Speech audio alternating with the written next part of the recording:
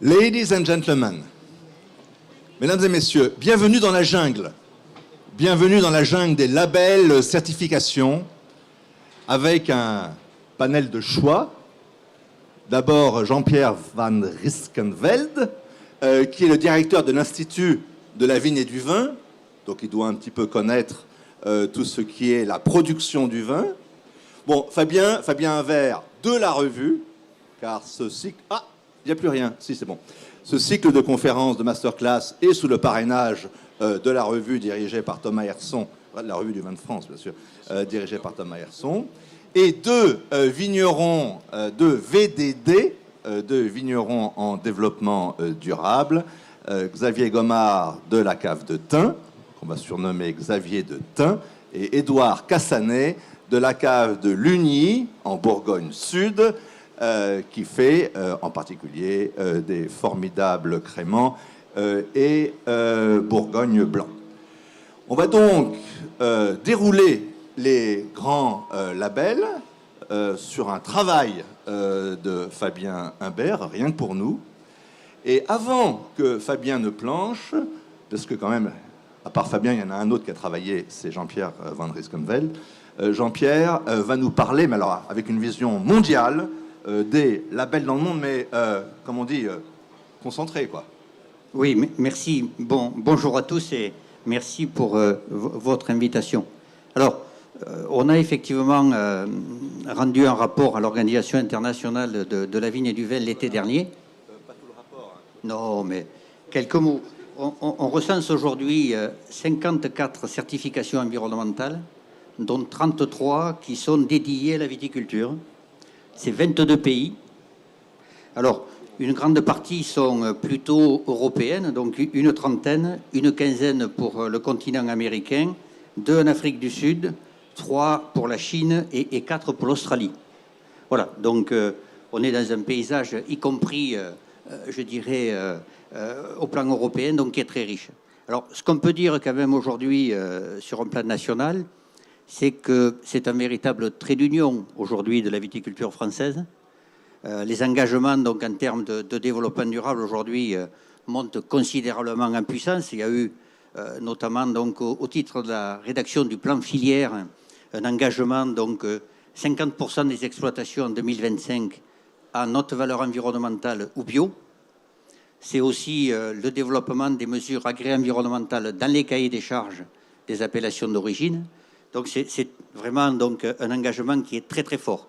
Alors bien sûr, il prend des formes, ces engagements peuvent prendre des formes extrêmement diverses. Bon, il y a déjà une démarche qu'on évoque peu, c'est la réglementation, parce qu'aujourd'hui, notamment en matière d'utilisation des produits de protection des plantes, il y a aujourd'hui des obligations de plus en plus importantes qui s'imposent aux vignerons. Il y a bien sûr toutes les démarches volontaires. Et puis on va retrouver, hein, vous allez l'évoquer, soit des démarches qui s'appliquent aux produits, par exemple le bio, soit des démarches qui s'appliquent plutôt à l'exploitation, de type HVE, soit au niveau de l'entreprise, et c'est la responsabilité sociétale donc, de l'entreprise. Donc on peut le dire aujourd'hui, plutôt un trait d'union pour l'ensemble de la filière vin française, mais une très très grande diversité donc, de démarches. Bien, Fabien, à toi de jouer. Est-ce qu'on m'entend ? Oui, on m'entend. Donc, vous l'avez vu, là, il y a quelques exemples de labels. Il y en a au moins 10-15 en France. Alors, c'est difficile de s'y retrouver. C'est peut-être un peu flou, donc on va essayer justement de vous apporter des éléments de réponse. Mais en tout cas, ce que je voudrais dire en propos liminaire, c'est que ça montre au moins que la filière fait quelque chose pour l'environnement et a entendu l'appel des consommateurs et des vignerons pour être plus vertueux. Donc je trouve ça déjà pas mal et ça montre un engagement qui peut aller plus vite et plus loin, mais c'est déjà bien. Donc on va commencer par le label le plus connu, en tout cas des consommateurs, qui est le label bio. Donc la plus connue, notamment grâce à ces logos, le AB et la feuille européenne, sachant que le AB n'est plus obligatoire. Maintenant on peut mettre simplement la feuille européenne, mais comme elle est très connue des consommateurs, en général, les vignerons mettent les deux sur la bouteille. Donc le point le plus important, c'est l'interdiction des pesticides de synthèse. Donc on peut quand même utiliser des pesticides, mais d'origine naturelle. Donc à la fois à la vigne et au cuvage. Voilà. Et il y a aussi une limitation de l'utilisation du cuivre. Après, le problème, c'est que ça ne prend pas en compte tout ce qui est développement durable, bien-être des salariés, traitement des déchets, etc. C'est complètement mis de côté. Voilà, on va peut-être passer la parole à des vignerons qui vont nous dire ce qu'ils pensent de ce label du bio et comment ça pourrait peut-être aller plus loin.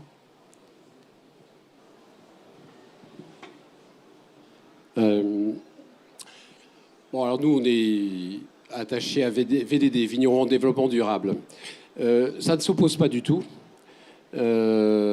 puisque Vignerons en Développement Durable a une vision globale, générale.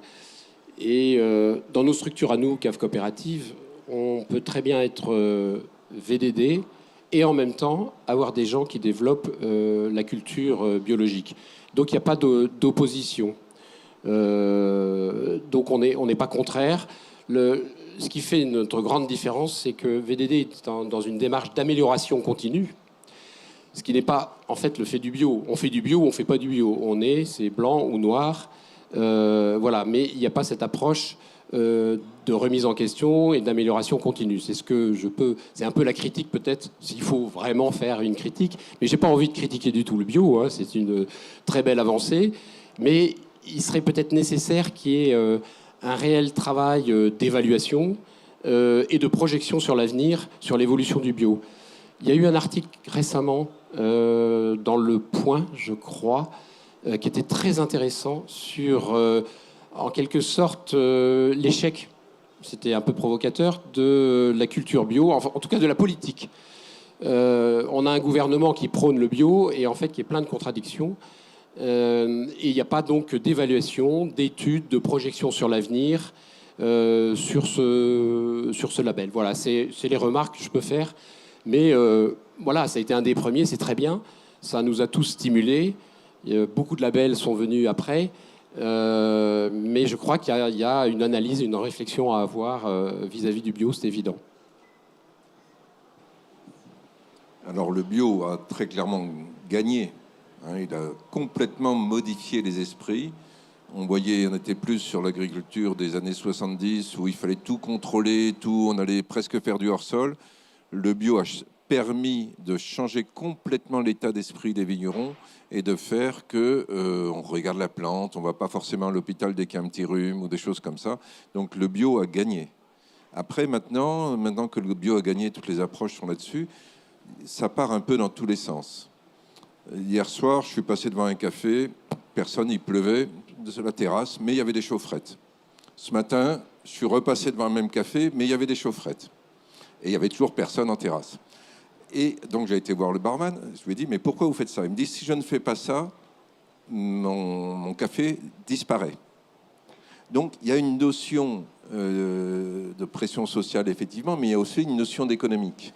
Et il y a une notion de vie dans son quartier. C'est-à-dire que peut-être s'il avait été dans un autre quartier où il n'y avait pas de cette pression de la concurrence, il aurait... Bon. Et c'est ce qu'on a essayé de faire au niveau de la RSE. Et je pense qu'on a dépassé le stade... Vous avez uniquement commencé sur la certification environnementale. Je crois que c'est important, mais c'est qu'une composante. Et c'est ce qu'on a essayé de faire dans Vignerons en Développement Durable, c'est d'accompagner, donc c'est une notion d'évolution, effectivement, que l'économique ne soit pas en train d'injurier l'environnemental, que l'environnemental ne soit pas en train d'injurier le sociétal et inversement.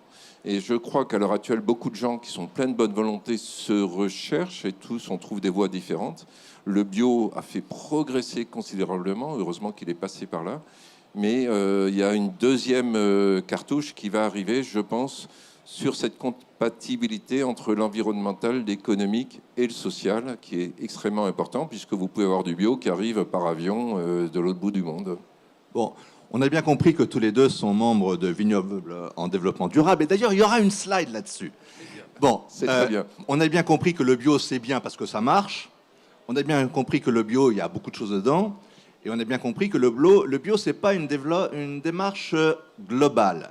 Quels sont les avantages, 1, 2, 3, et les inconvénients du bio pour un vigneron? C'est ça qui nous intéresse.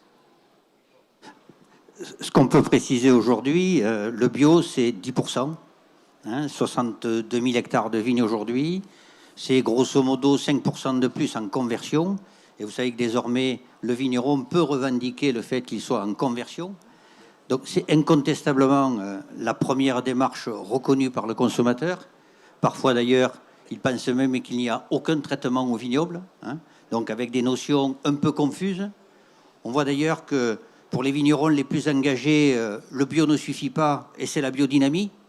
C'est même donc des pratiques qui vont au-delà du cahier des charges bio. Certes, aujourd'hui, il y a une forte différenciation sur le marché, notamment le marché du vrac.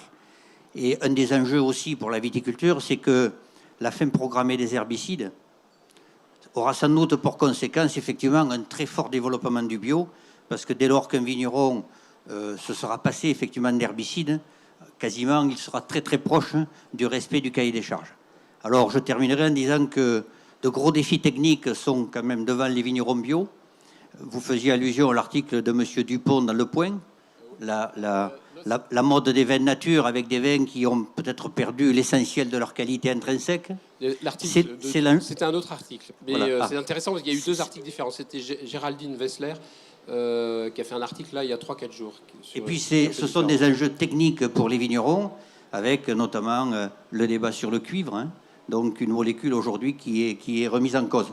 Voilà. Donc on peut s'attendre sans doute donc à un fort développement du bio. La croissance va se continuer. Un grand nombre de jeunes qui s'installent aujourd'hui et ont été formés à ce type de viticulture. Donc on va sans doute avoir un fort développement avec des défis techniques qui seront majeurs que devront résoudre les vignerons. On a quelques autres labels à présenter. Fabien, l'idée c'est que à l'ANMI, on ait présenté tous les labels pour pouvoir avoir des questions du public. Alors justement, est-ce que la biodynamie n'est pas une des solutions au bio? On va voir. En tout cas, c'est des labels qui ont de plus en plus de succès auprès des vignerons et notamment des jeunes vignerons. Et c'est souvent les gens qui vont aller vers la biodynamie, c'est des gens qui ont commencé par le bio et qui veulent aller un peu plus loin. Donc il y a deux principaux labels dans la viticulture biodynamie plutôt. Donc il y a Déméter et Biodivin.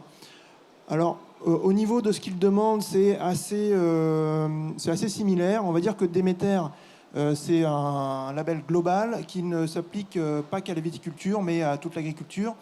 Et aussi que quand on est Déméter, il faut avoir par exemple une composante animale. Il faut qu'il y ait des animaux aussi il faut que ce soit une ferme en fait. Voilà, pas seulement un domaine viticole. Donc par exemple, un Déméter ne peut pas avoir le label vegan. On en parlera un peu plus loin du label vegan. Voilà, donc sinon, ça va un peu plus loin que le label bio, notamment au niveau des doses de cuivre. Souci de la biodiversité, respect du bien-être des travailleurs. Voilà, mais souvent, ce ne sont pas des obligations, ce sont plutôt des choses qui sont recommandées par le label. Biodivin, c'est un petit peu la même chose, sauf qu'il y a on n'est pas obligé d'avoir des animaux. Et aussi, c'est uniquement pour la viticulture. Ensuite, dernier point qui me semble important, il y a forcément une dégustation des vins par un comité. Et les vins qui n'entrent pas, qui ne sont pas jugés aptes à avoir le label, sont recalés. Donc il y a une forte dimension de goût et de terroir dans ce label. Voilà, alors est-ce que c'est une solution d'aller vers la biodynamie, sachant que c'est encore plus compliqué à mettre en œuvre que le bio? Voilà toute la question. De toute façon, je pense qu'on n'est pas vigneron si on n'ose pas, on n'innove pas, que ce soit dans les vinifications, que ce soit au niveau technique, et que la viticulture a prouvé cela. Donc il y a des choses extrêmement intéressantes à prendre, comme partout. Tout le monde n'ira pas vers ça, mais on ne voit pas les jeunes vignerons sont soit adhérents de coopératives ou vignerons, etc. Sont des gens comme tout le monde, ils sont sensibles à tout ça. Ils ont besoin de se retrouver, ils savent qu'il y a des choses à faire. Le bio a montré, qui aurait imaginé il y a 30 ans qu'on arrive à faire même simplement des vins sans sulfite, on en fait beaucoup. Qui aurait imaginé ça? Donc on a une fois par an on avance doucement parce que tous les ans les donnes sont nouvelles. Mais effectivement, heureusement que ça existe et heureusement que ça va faire. Après, est-ce que ça sera la solution seule? Je ne sais pas. Oui, alors je l'évoquais tout à l'heure, donc ce sont souvent des vignerons qui, de façon philosophique, veulent aller au-delà donc du seul cahier des charges bio. Vous l'avez évoqué, il y a d'autres notions que les seules pratiques donc au vignoble. Parfois, ils font appel à, je dirais, des intuitions que la science n'a pas démontrées, notamment l'appropriation du cycle lunaire, etc., etc. Nous sommes, nous, au contact, donc, parce que peut naître aussi chez ces pionniers les solutions de demain. On a, par exemple, travaillé sur le bâtonnage en fonction du cycle lunaire, pour voir si véritablement il y avait une différence donc, sur le goût des vins. Donc je crois que c'est important qu'on ait ce type de vignerons, donc, parce que c'est aussi des hommes et des femmes qui vont au-delà et qui peuvent peut-être demain trouver la solution qui pourra être plus généralisée à d'autres. Ce qui est intéressant, c'est qu'effectivement, on parle de la qualité du vin. Donc, dans beaucoup d'autres labels, on n'est que focalisé sur l'aspect environnemental, voisinage, impact. Voilà. Ce qui est intéressant, il ne faut quand même pas oublier le produit. Et je trouve que dans cette course à la vertu de tous ces labels, on oublie souvent quel est l'impact réel sur le produit. Et les démarches où on essaye d'utiliser moins de soufre, voire peut-être après moins de cuivre, quel impact ça a sur le produit? Ça, je trouve que c'est une évolution intéressante. Et il ne faut pas l'oublier. Donc, je voudrais vraiment... Le sans soufre, moi, je trouve ça assez spectaculaire. On commence à y travailler depuis 5 ans, nous, à la cave. Hier soir, au restaurant, j'ai goûté un gamay du Val-de-Loire sans soufre, qui est produit depuis plus de 20 ans. L'expression aromatique était spectaculaire. Je trouve que ça, c'est un aspect qui est souvent donc, sous-estimé, mis en avant et pas pris en compte dans l'ensemble des démarches dites environnementales. Voilà, on est un peu obsédé par la course à la vertu et un peu, je trouve que c'est des concours de moralité aussi. Voilà, il peut y avoir une petite dérive. Voilà, j'élargis un peu pour être un petit peu... ouvrir le débat là-dessus. Non, mais c'est un vrai sujet. Un vrai sujet, c'est que le consommateur, de plus en plus, va chercher tel ou tel label. Il va commander au restaurant un vin bio, un vin biodynamie, un vin nature, sans même se poser la question, ou en se posant dans un deuxième temps la question de l'origine, et dans un troisième temps, la question du vigneron. Mais c'est une avancée par rapport à rien. Ça, c'est parce que tu habites au centre de Paris. Donc, oui, mais à Paris, c'est assez fascinant. Mais c'est vrai que les gens qui sont les bons vins trouveront toujours leur chose. Ce qui est intéressant, c'est voir cette curiosité qui a été aiguisée par tous ces labels, toutes ces choses-là. Et on est quand même là pour amener du plaisir, amener des choses extraordinaires aux gens. Et on a un peu, effectivement, je rejoins tout à fait mon ami, la tendance à dire qu'on va sur la vertu pour la vertu, pour avoir un beau label et s'afficher des choses. Si, comme le bio, ça fait évoluer les pratiques culturelles, ça fait évoluer les approches, etc., c'est formidable. Si ça devient un dogme, ce qui est parfois un peu le cas, ça devient gênant. Et c'est dans les actes de vente, à part le bio, je pense que même si ça fait 10 ans qu'on est engagé dans des RSE, ça ne nous a jamais fait vendre une bouteille. Donc il y a aussi tout un discours, tout un côté vertueux, parce que ça fait bien d'être vertueux. Mais ce qui est très important, c'est quand ça se traduit comme pour le bio, dans une démarche intellectuelle, dans une curiosité, comme la biodynamie apporte de la curiosité. Ça, c'est extraordinaire, parce que ça fait progresser nos vins et ça fait progresser la qualité. Juste une page de publicité pour dire que la journée de conférence aujourd'hui est consacrée au bio et aux certifications, et que vous allez entendre plus tard, si vous le souhaitez, des acheteurs de la Vigna, des acheteurs de la grande distribution, et que eux vont vous dire si ça a un impact réel sur les ventes dans les magasins. Oui, à la Rue du Vin de France, on a un petit peu enquêté justement sur la question, et c'est vrai que le bio fait vendre, et fait vendre plus cher. Alors, ça se joue à un petit pourcentage, mais quand même, ça coûte un peu plus cher à produire, mais après, le vigneron s'y retrouve plus tôt, bon, même s'il y a d'autres problèmes au niveau peut-être du traitement des maladies. Alors, il y a un autre label qui fait vendre, surtout en grande distribution, c'est HVE. Donc HVE, ça a été mis en place par le ministère de l'Agriculture Alors, c'est pas très facile à comprendre, moi, je trouve. Il y a plusieurs niveaux. En même temps, seul le niveau 3 est vraiment intéressant. Par contre, ce qui est intéressant, c'est que ça prend l'ensemble des questions en compte. Bon, alors, on peut être bio, ne pas être bio, donc ça autorise finalement les pesticides de synthèse.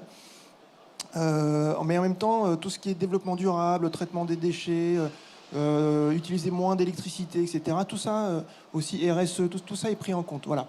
Donc ça, c'est vraiment quelque chose qui s'adresse, je trouve, aux professionnels. On ne verra jamais sur une carte de restaurant un petit label HVE à côté des vins, alors qu'on voit souvent un petit label biodynamie ou un petit label bio.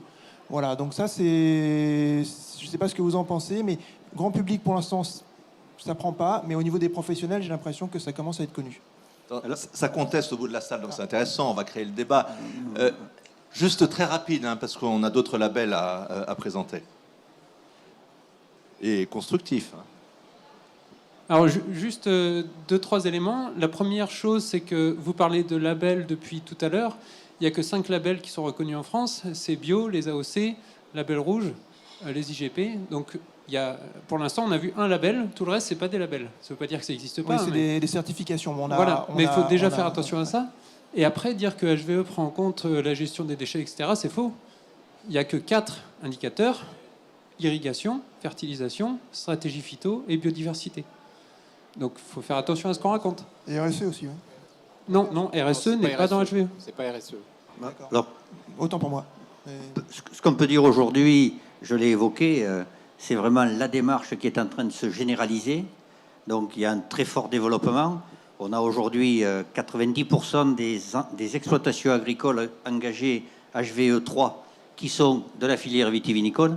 Ce sont notamment plutôt la région de Champagne et de Bordeaux qui ont le plus grand nombre.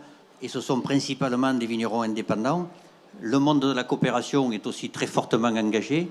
J'ai évoqué l'objectif de 50% donc, en 2025. Ce qui est sûr, c'est que c'est une démarche qui s'applique à l'exploitation, mais elle ouvre pour le vigneron une obligation à la fois de transparence dans ses pratiques sur les 4 domaines que vous avez évoqués, et c'est aussi surtout une certification. C'est-à-dire ce qui est nouveau dans cette démarche-là, qu'il y aura demain donc un très grand nombre d'exploitations viticoles qui seront donc certifiées avec cette obligation de transparence sur les pratiques, donc qui va au-delà du respect du cahier des charges, d'une appellation d'origine ou d'une indication géographique protégée. Voilà. Après, la question, ce sera peut-être évoqué dans les tables rondes de cet après-midi, est-ce qu'à terme, ça ne sera qu'une norme qui ne sera pas finalement facteur différenciant et créateur de valeur? On peut craindre effectivement que HVE ne reste qu'une norme, simplement donc un accès au marché sans véritablement création de valeur. Et dernier point, c'est une démarche franco-française, non reconnue au niveau de l'Union européenne, même si elle est portée par le ministère de l'Agriculture, et ne parlons pas bien sûr du contexte international. Juste une petite réaction sur la coopération en général, mais la coopération viticole se dirige plutôt vers VDD. Voilà, ça c'est une petite remarque. Sur l'aspect commercial aussi, on dit ça fait vendre, on n'en sait rien. Pour l'instant, c'est en train de se mettre en place. La grande distribution s'accapare HVE, mais on ne sait pas si ça fait vendre. Voilà, on ne le sait pas. On n'a pas assez de recul aujourd'hui. Mais c'est un moyen facile pour la grande distribution de verdir son offre et son rayon. Qu'est-ce que ça va devenir dans quelques années? J'ai des doutes. Après, attention, sur la notion de clarté dans les exploitations, il y a des lois. Elles sont déjà très précises. Et HVE n'apporte pas beaucoup plus de choses quand même. Il y a déjà la traçabilité, d'avoir tous les trucs phyto, etc. C'est déjà extrêmement clair dans la loi. C'est peut-être pas assez surveillé, mais c'est déjà très clair. Faisons déjà appliquer la loi. Il n'y a pas de problème. Alors, on ne va peut-être pas rentrer dans un débat technique, effectivement. Ce sont les niveaux 1 et 2 qui couvrent effectivement le champ réglementaire obligatoire pour un vigneron, mais les autres champs, notamment biodiversité, donc les aspects gestion des sols, élargissent effectivement ce champ aujourd'hui des obligations réglementaires du vigneron. C'était le sens de mon propos. C'était juste parce qu'on avait suspicion du fait que c'était pas carré au niveau vignoble. C'est pas normalement parfaitement carré. Après. D'accord. Alors, Terravitis, donc c'est une autre certification.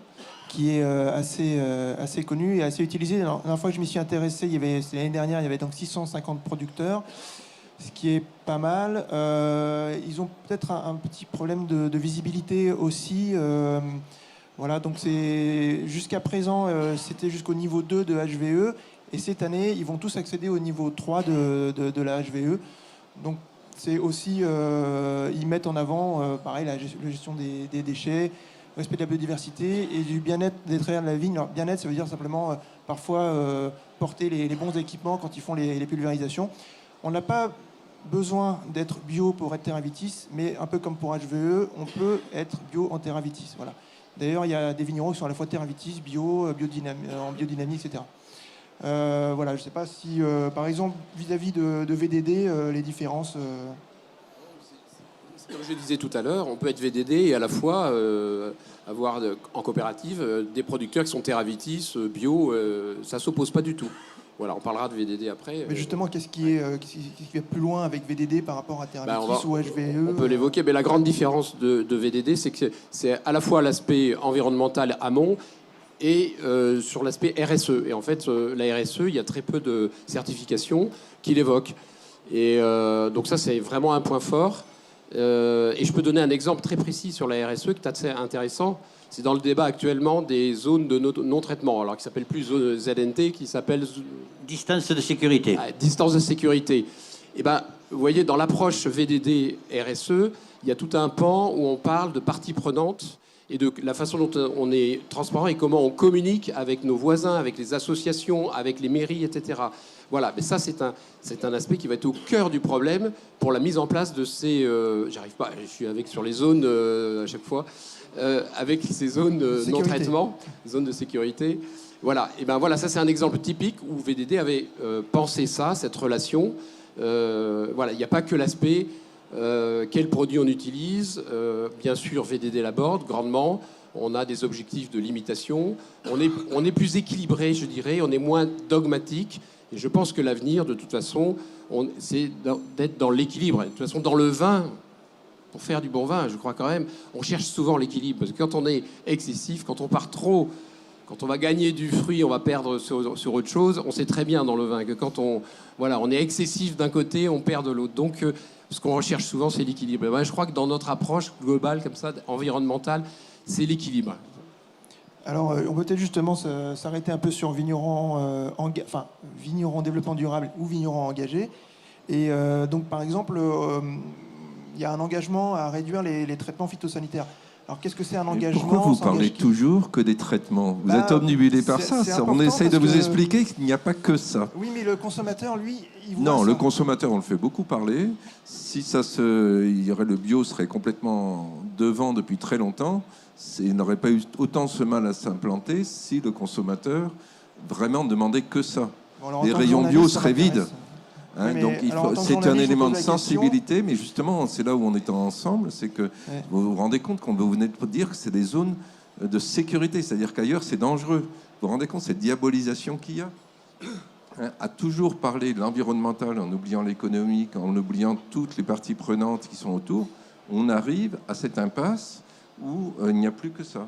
Mais Et on ne parle plus de faire du vin. Alors, justement, Donc moi je m'élève contre cette approche qui n'est que uniquement environnementale. Mais alors justement, quand on s'engage, ça va être engagé alors donc pour les produits phyto, ou alors à garantir la qualité de la vigne, etc. Est-ce qu'il y a un suivi derrière? Je vais vous donner un exemple tout bête. Qu'est-ce que changer tous les luminaires dans une entreprise pour les passer en LED, avoir un système qui est facile à changer pour qu'il y ait la sécurité des travailleurs lorsqu'on change les LED en hauteur, travailler sur la filière du recyclage de ces LED, etc. C'est beaucoup plus large, ça rentre dans l'environnement aussi, c'est pas uniquement les phytos. L'environnement, c'est beaucoup plus large. Le bilan carbone du bio n'est pas très bon, donc il y a aussi ça à en prendre en compte. On essaie juste de dire que jusqu'à maintenant, heureusement, le bio, l'environnemental a poussé tout le monde à se remettre en cause, et on élargit le débat. Voilà, c'est ça, Vigneron engagé, c'est qu'on essaye de se grouper collectivement pour élargir le débat et avancer sur les différents points, que ce soit les rapports avec les voisins, que ce soit l'amélioration des conditions de travail, que ce soit la vision à long terme des entreprises, que ce soit effectivement l'environnemental. Oui, juste dire une chose, c'est que Fabien est un journaliste, un grand journaliste de la Revue du Vin de France. Ce qu'il vous dit, c'est sa perception, la perception de ses lecteurs. Et il est vrai que c'est assez facile de parler d'intrants et c'est assez facile de parler de produits entre guillemets chimiques. Donc la base de la perception ou de la peur ou de la crainte, à tort ou à raison, c'est quand même ça. Donc bien sûr, c'est formidable d'avoir une explication globale, mais ça reste très important dans la perception des consommateurs. Oui, on est dans un monde manichéen et dans le monde de la communication où ça doit être blanc et noir. Mais la vie, c'est pas comme ça. Pour redonner une petite précision sur VDD, c'est une démarche d'amélioration continue. C'est-à-dire qu'il y a un diagnostic qui est fait à une date précise, plus de 300 questions qui sont posées aux viticulteurs. Et à partir de ce diagnostic, ils s'engagent à évoluer sur l'ensemble de ces questions et à faire mieux. Et donc, on refait un diag de suivi quelques années plus tard, 3-4 ans après. On va évoluer là-dessus aussi. C'était 5 ans, c'est une période un peu longue, mais elles seront plus courtes. Il y a un engagement, d'où le mot engagé. Voilà. Oui, je peux m'améliorer sur la gestion de l'eau. Oui, je peux m'améliorer sur le matériel de traitement, sur les IFT, etc. Voilà. On est dans la fameuse roue de l'amélioration continue. Voilà, c'est ça la grande différence. Moi, je l'ai évoqué tout à l'heure, le grand enjeu, et je pense que ce journaliste donc répercute ce qu'attendent les consommateurs, c'est comment je vais créer de la valeur. Parce que toutes ces démarches-là induisent la plupart du temps des coûts de production plus élevés pour le vigneron ou au chai. Et donc, à ce stade, on voit bien que si ce n'est la bio, on a eu une difficulté, effectivement, de faire identifier par le consommateur ses engagements. Alors, un certain nombre de régions, collectivement, des interprofessions, ont tenté, donc, ou mettent en œuvre des démarches collectives. C'est le SME à Bordeaux. Citons la démarche ACV donc, de la Champagne, pour faire court. Donc, on voit qu'à l'échelon de certaines régions, il y a une image collective qu'on essaye de construire autour de démarches qui engagent l'essentiel, avec un objectif d'engager donc l'essentiel de vignerons. Donc, la vraie question aujourd'hui, dans cette jungle, c'est qu'est-ce qu'on va faire passer comme message aux consommateurs. Alors, il faut rappeler que la viticulture française, pour 90% des vins, il y a une revendication de l'origine, la revendication d'un terroir ou d'un territoire. Et on explique aux consommateurs que si le vin est meilleur, s'il a un goût particulier, c'est parce qu'il vient de quelque part. Et donc, il y a là, collectivement, autour aussi donc, des syndicats d'appellation, des ODG, un véritable enjeu.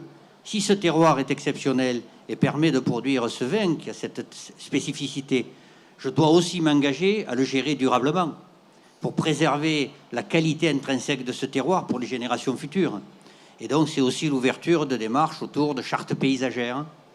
Vous évoquez effectivement engager le local, engager des collectivités locales aussi autour des vignerons dans ces démarches-là. Il y a là, au-delà des démarches que nous avons évoquées, de gros défis effectivement collectifs que les vignerons devront relever. Alors, justement, vous aviez parlé un petit peu des démarches collectives. Donc, il y a le SME, donc ça c'est à Bordeaux. Donc, il y a aussi une évaluation. Il y a aussi... bon, alors, c'est assez intéressant parce qu'il y a une grosse partie quand même des vignerons et des entreprises bordelaises qui rentrent là-dedans. Voilà, alors on peut dire qu'on peut aller plus loin, mais bon, c'est déjà quelque chose. Il y a aussi la Champagne qui est dans une démarche collective. Voilà, donc c'est plutôt des signes que ça va dans le bon sens. Après, bon, il y a des normes ISO 14001, ISO 26000. Voilà. Bon, je pense qu'il nous reste à peu près 10 minutes. Et qu'est-ce qu'on fait? On fait quelque chose sur questions-réponses? Oui, on fait des questions-réponses et merci de faire des questions extrêmement courtes pour que chacun puisse y répondre. J'ai mis des nouveaux labels qui sont en train d'apparaître. Donc, tout ce qui est vin nature, aussi les domaines en conversion, donc Gérard Bertrand, le label vegan, etc. Donc en fait, il y a de plus en plus de labels ou de certifications. Et donc l'enjeu, ça va être peut-être d'en trouver quelques-uns qui fonctionnent au niveau du grand public.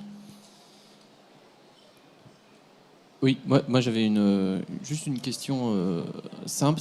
quel est le moteur pour passer dans une certification, dans une démarche bio aujourd'hui pour un vigneron ou une coopérative? Est-ce que c'est la demande du consommateur ou une conviction presque personnelle? Voilà. Enfin, j'ai l'exemple dans notre cave coopérative, on a un groupe d'une vingtaine de viticulteurs qui se sont lancés donc dans la démarche bio, et c'est par conviction. Effectivement, c'est par prise de conscience qu'il faut faire quelque chose, qu'on gère mal notre potentiel viticole. Voilà, donc c'est une prise de conscience générale, évidemment. Ça peut pas être l'aspect purement commercial, c'est pas possible. Non, c'est pas cette approche. Mais même globalement, l'ensemble de ces certifications, si on n'a que la vision commerciale, ça ne marchera pas. Ça fonctionnera pas. Il faut être convaincu du bienfait de cette démarche, que l'avenir passe par là. Voilà, c'est évident. Idem pour nous, c'était vraiment que des jeunes complètement passionnés. Et donc ça bouge, ils ont fait bouger la coopérative. Et heureusement, parce que c'est des gens qu'on aurait perdus si on n'avait pas bougé. Et c'est quand même les passionnés qui font la richesse humaine d'une coopérative et qui font qu'une coopérative avance. Donc, et derrière, effectivement, maintenant que ces jeunes ont montré la voie, ça suit. Bonjour. Petite question pour revenir sur la certification HVE. Vous avez dit qu'il y a une fracture entre le monde professionnel qui reconnaît bien cette certification et le grand public, le consommateur final particulier, qui ne reconnaît pas ou qui est moins sensible à cette certification HVE. Enfin, c'est ce que vous avez dit dans votre diapo. Comment expliquer cette fracture et surtout comment y remédier? Est-ce que la certification HVE a vraiment une valeur commerciale auprès des consommateurs finaux? Alors pour l'instant, j'ai l'impression que non, mais comme c'est en train de devenir un prérequis dans la grande distribution, forcément ils vont le mettre en avant de plus en plus, et donc les gens vont poser des questions, essayer de savoir ce que c'est, etc. Voilà, donc il y a sûrement un avenir pour le HVE. Après, comme disait notre ami de l'IFV, on ne sait pas jusqu'où ça ira. La limite, bon, je reviens encore au bio, mais comme c'est pas en bio et que c'est quand même beaucoup ce qui est compris par les gens, est-ce que ça va vraiment prendre? Je ne sais pas, j'ai pas de boule de cristal. Oui, alors, j'ai évoqué, est-ce que ça restera une simple norme, donc un accès au marché ou un outil de création de valeur? Il commence à y avoir quelques opérateurs qui travaillent avec la grande distribution française qui acceptent de rémunérer un tout petit peu plus l'achat des vins en vrac. Je pense que l'intérêt, c'est quand même une démarche qui est portée par le ministère de l'Agriculture, avec son caractère officiel. Et puis, effectivement, ce qu'on peut espérer, c'est que ça devienne aussi pour les opérateurs de la grande distribution une sorte de cahier des charges minimum, sans qu'il y ait le cahier des charges de telle ou telle grande enseigne. C'est aussi, à mon avis, un effet tout à fait intéressant, je dirais, de normalisation, entre guillemets, de ces nouvelles attentes du consommateur. La petite inquiétude que j'ai avec HVE vis-à-vis du consommateur, pour notre produit, le vin, c'est que c'est une norme qui couvre l'ensemble de l'agriculture. Je trouve intéressant de développer un label qui soit spécifique à notre métier de vigneron, de viticulteur. Et je pense que le consommateur sera sans doute dans l'avenir plus attaché à ça si on lui dit « Attendez, ça c'est une norme que nous avons, ou un label, ou une certification qu'on a élaborée nous-mêmes, viticulteurs, par rapport à notre métier, à nos contraintes propres, et pas qu'on soit producteur de céréales, de pommes de terre, etc. » Il y a quand même une façon de travailler différemment, le sol, la vision du métier, des AOC, du terroir, qui est fondamentalement différente. Donc, pour le vin, sincèrement, je ne mise pas sur HVE. Oui, moi je voulais aborder un autre point que je trouve dommage qui n'a pas été abordé, c'est le fait que, au-delà des engagements des différentes certifications, labels ou marques, quel est le contrôle et quelle est la procédure qui est mise derrière pour que justement ces labels-là ou marques, etc., qui sont destinés à rebâtir la confiance avec le consommateur, est-ce que c'est simplement du marketing ou est-ce qu'il y a effectivement des contrôles indépendants, réguliers, et à toutes les étapes du produit? Je sais d'expérience que c'est très variable suivant les éléments. Il y en a qui sont contrôlés seulement au niveau du producteur, d'autres qui contrôlent tout le long de la chaîne de valeur chez les personnes qui font du négoce, du vrac, etc. Et ces éléments-là sont fondamentaux pour avoir la qualité d'une certification, parce que c'est pas du tout la même chose d'afficher quelque chose, mais si Élise Lucet elle débarque demain chez un producteur qui est dans cet élément-là, elle peut démonter très facilement si jamais c'est que des engagements volontaires, qui sont peut-être faits, effectivement. Mais c'est pas du tout la même chose quand il y a une procédure de contrôle qui est régulièrement certifiée par des organismes accrédités. Alors, là-dessus, nous, on a des contrôles tout au long de la chaîne. Après, il ne faut pas tomber non plus dans l'excès. Global Gap, dans l'arboriculture, n'a rien amené, a amené des tas de gens qui ne connaissaient rien dans l'arboriculture. Il y a une limite.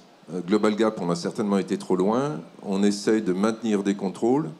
Après, c'est toujours une question de coût et de support, parce que ça prend du temps.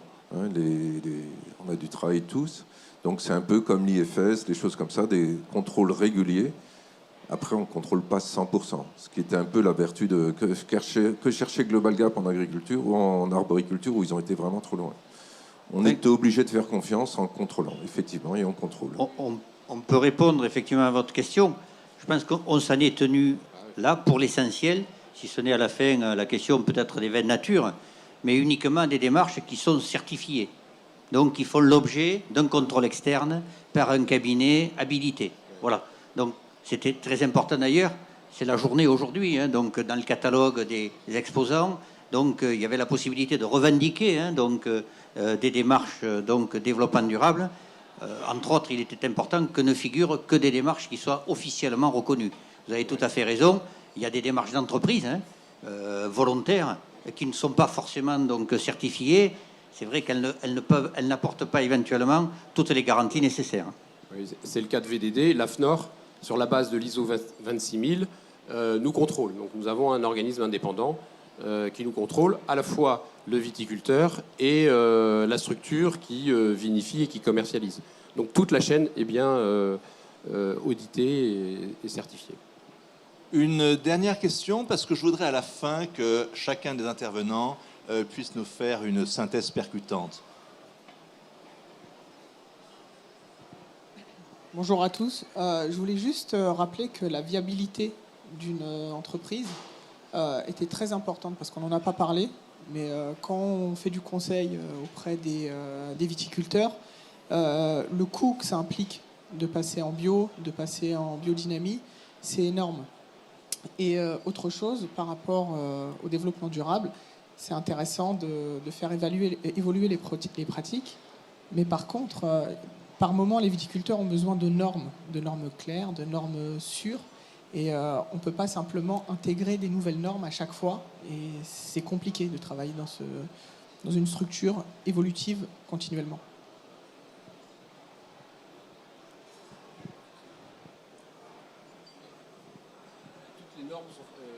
Toutes les normes évoluent. Hein. Même si on parle des normes les plus strictes sur l'hygiène, sécurité alimentaire comme IFS, BRC, qui sont vraiment les normes de référence, chaque année, nous avons des nouvelles versions.